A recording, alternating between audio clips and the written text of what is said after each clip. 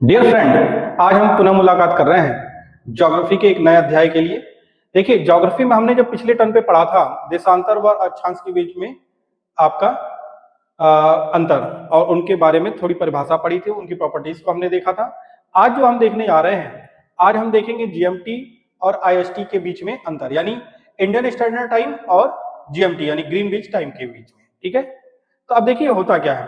देखिए, इन दोनों के बीच में जब हमें रिलेशन निकालना है तो एक बात समझिएगा, आईएसटी जो होता है इंडियन स्टैंडर्ड टाइम, वो जीएमटी से 5.5 घंटे अधिक होता है, यानी 5.5 घंटे पहले होगा। समझिए, यदि सपोज करिए कि भारत में यदि बज रहे हैं 7:30, तो यहां पे बज रहा होगा 2, यानी ये टाइम हो रहा होगा। समझिए, 5.5 घंटे का डिफरेंस आएगा दोनों के बीच में। ठीक है, दूसरी बात एक हमसे पूछा जाता है कि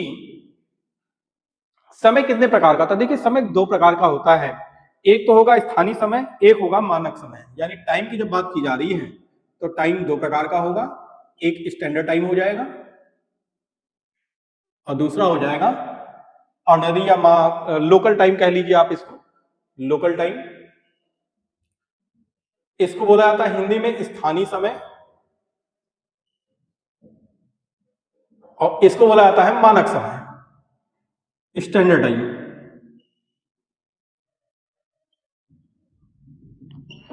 अब देखिए, दोनों के बीच में अंतर क्या होता है। देखिए, जो मानक समय होता है वो देशांतर के आधार पर निर्धारित किया जाता है, यानी जो ये वाला टाइम होगा मानक टाइम, इसका डिसाइड किया जाएगा देशांतर के आधार पर। ठीक है, और लोकल टाइम किसके आधार पर किया जाएगा, ये जो होता है सूर्य और चांद को देखकर लगाया जाता है कि सूर्य की परछाई कब है, चांद की रोशनी कहाँ है, चांद की स्थिति कहाँ है। तो इसको देखा जाता है किसके आधार पर, लोकल स्थान पे, यानी जो स्थानीय चांद व सूर्य की स्थिति के आधार पर, स्थिति के आधार पर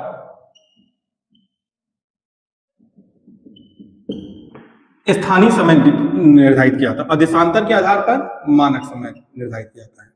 ठीक है, देशांतर के आधार पर मानक समय होता है। एक बात आप जानते हैं कि पृथ्वी जो होती है वो अपने घूर्णन यानी अपने अक्ष के चारों तरफ घूमती है, यानी जो उसका मूवमेंट होगा वो अपने अक्ष की तरफ होगा। तो जब अक्ष की तरफ होगा तो एक बात बताइए, जो समय का डिसाइड होता है, हम लोगों ने लास्ट टर्म पे देखा था जब हम देशांतर की बात कर रहे थे, तो हमने कहा था कुछ इस तरीके से आप देखेंगे पृथ्वी पे रेखाएं आ रही हैं, इस तरीके की रेखाएं बन रही थी, हम लोगों ने इसी को कहा था देशांतर रेखाएं होंगी।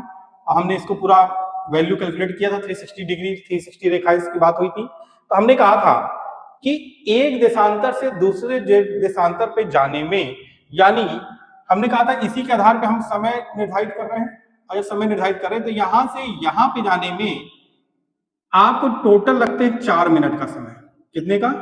4 मिनट का टाइम लगता है, का टाइम लगेगा। कहां से? एक देशांतर से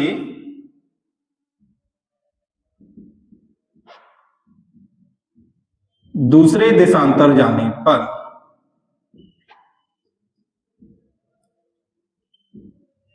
4 मिनट का समय लगता है। ठीक है, अब देखिए, ये बात तो चलिए ठीक है कि टाइम हमारा आईएसटी कितना आगे, आईएसटी 5.5 घंटे आगे है जीएमटी से। ठीक है, यानी भारत का मानक समय है, इंडियन स्टैंडर्ड टाइम जो होगा वो आईएसटी जो है, इंडियन स्टैंडर्ड टाइम जो होगा वो 5.5 घंटे आगे है जीएमटी ग्रीनविच टाइम से, जो आपको बताया था मैंने पिछले लेक्चर में कि वो लंदन के आसपास, लंदन के पास से गुजरती है। फिर दूसरी चीज हमने बात किया कि देखिए, इसमें ये पूछा जाता है ज्यादातर कि सूर्य सबसे पहले कहाँ निकलेगा। तो कई लोगों के दिमाग में आता है जापान। जापान को उगते सूर्य का देश कहा जाता है, लेकिन जो सबसे पहले सूर्य निकलेगा वो निकलता है न्यूजीलैंड में। और जब जहां सबसे पहले निकलेगा तो आप ये भी जानते हैं कि वहीं पे सबसे पहले अस्त भी होगा, यानी छिपेगा भी। तो यानी सबसे पहले दुनिया में यदि देखा जाए तो सूर्योदय व सूर्यास्त कहां होता है? न्यूजीलैंड में, न्यूजीलैंड में। अब एक बात यहीं से आता है कि न्यूजीलैंड की खोज किसने की है? तो देखिए, न्यूजीलैंड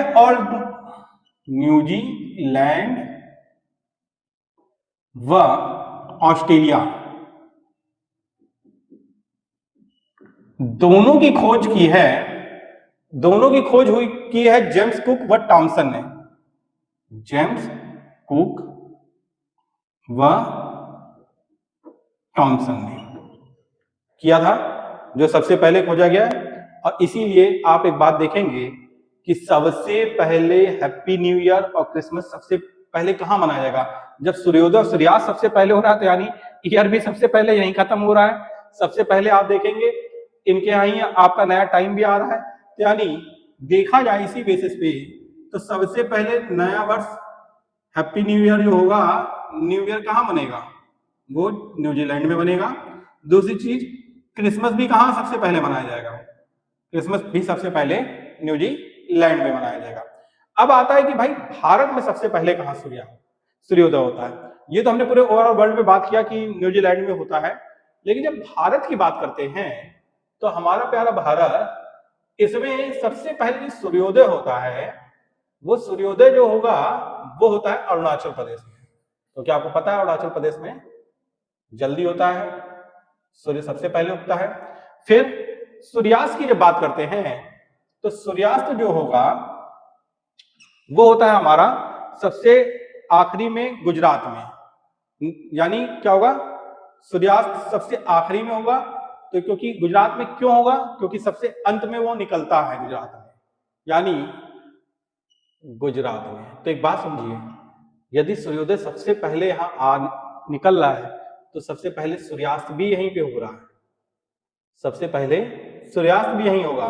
यहाँ सूर्यास्त सबसे अंत में हो रहा है, तो इसका मतलब है सूर्योदय भी सबसे अंत में निकल रहा है। ये बात समझिएगा, दोनों कहाँ पे? गुजरात में। सूर्योदय और सूर्यास्त दोनों सबसे अंत में यहाँ और सबसे पहले अरुणाचल प्रदेश में। तो ये चीज होगी, ठीक है। अब देखिए यहीं पे एक आता है कि कितने घंटे का अंतर आता है ये, क्योंकि कई बार आपको पता है कि टाइम भारत में कई बार 2 टाइम जोन की डिमांड की गई है। नॉर्थ ईस्ट में ज्यादातर डिमांड किया जाता है, अरुणाचल प्रदेश के लोग कहते हैं कि हमें एक दूसरा टाइम जोन निर्धारित किया जाए, ठीक है। तो एक बात समझिए क्यों करते हैं।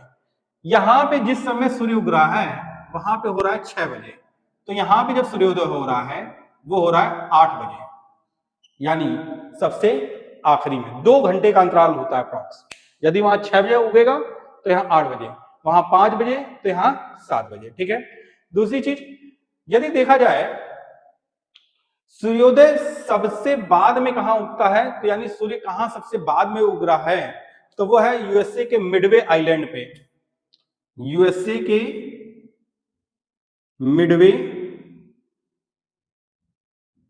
आइलैंड पे सबसे लास्ट, सबसे बाद में सूर्योदय उगेगा।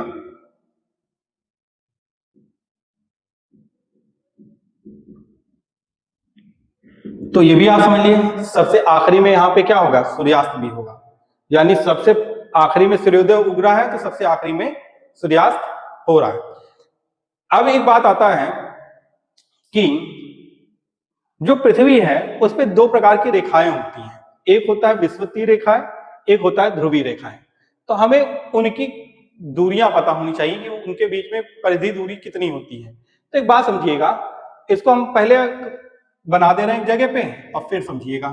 देखिए ये पृथ्वी है, ठीक है, और पृथ्वी में परिधि दूरी मान लीजिए कुछ इस तरीके से एक रेखा बन रही है और एक बन रही है कुछ इस तरीके से,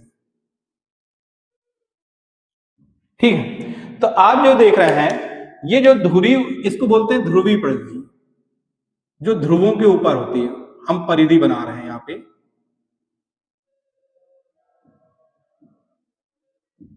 ये जो होता है विषुवतीय परिधि होता है, विषुवतीय परिधि।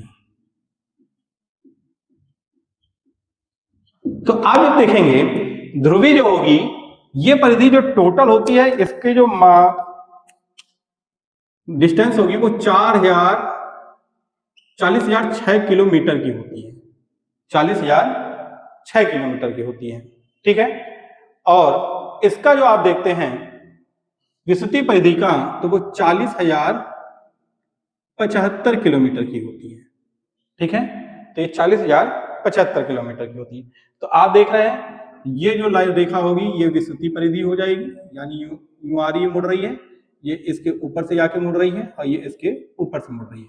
ठीक है, तो इस तरीके से रेखाएं होती हैं। पहले इसको कॉपी कर लीजिए, फिर हम अगले टॉपिक पे देखते हैं। आज हमने देखा रिलेशनशिप बिटवीन जीएमटी और आईएसटी, यानी जीएमटी और आईएसटी के बीच में अंतर, कहाँ सूर्योदय सबसे पहले हो रहा है, कहाँ सूर्यास्त हो रहा है, ये सब चीजें हम देख रहे हैं। तो इसको कॉपी कर लीजिए, फिर आगे बढ़ते हैं।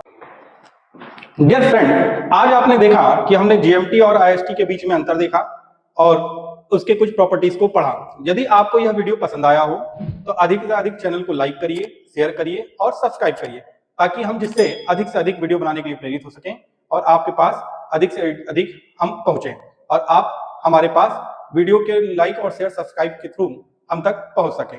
आज के लिए इतना ही, धन्यवाद।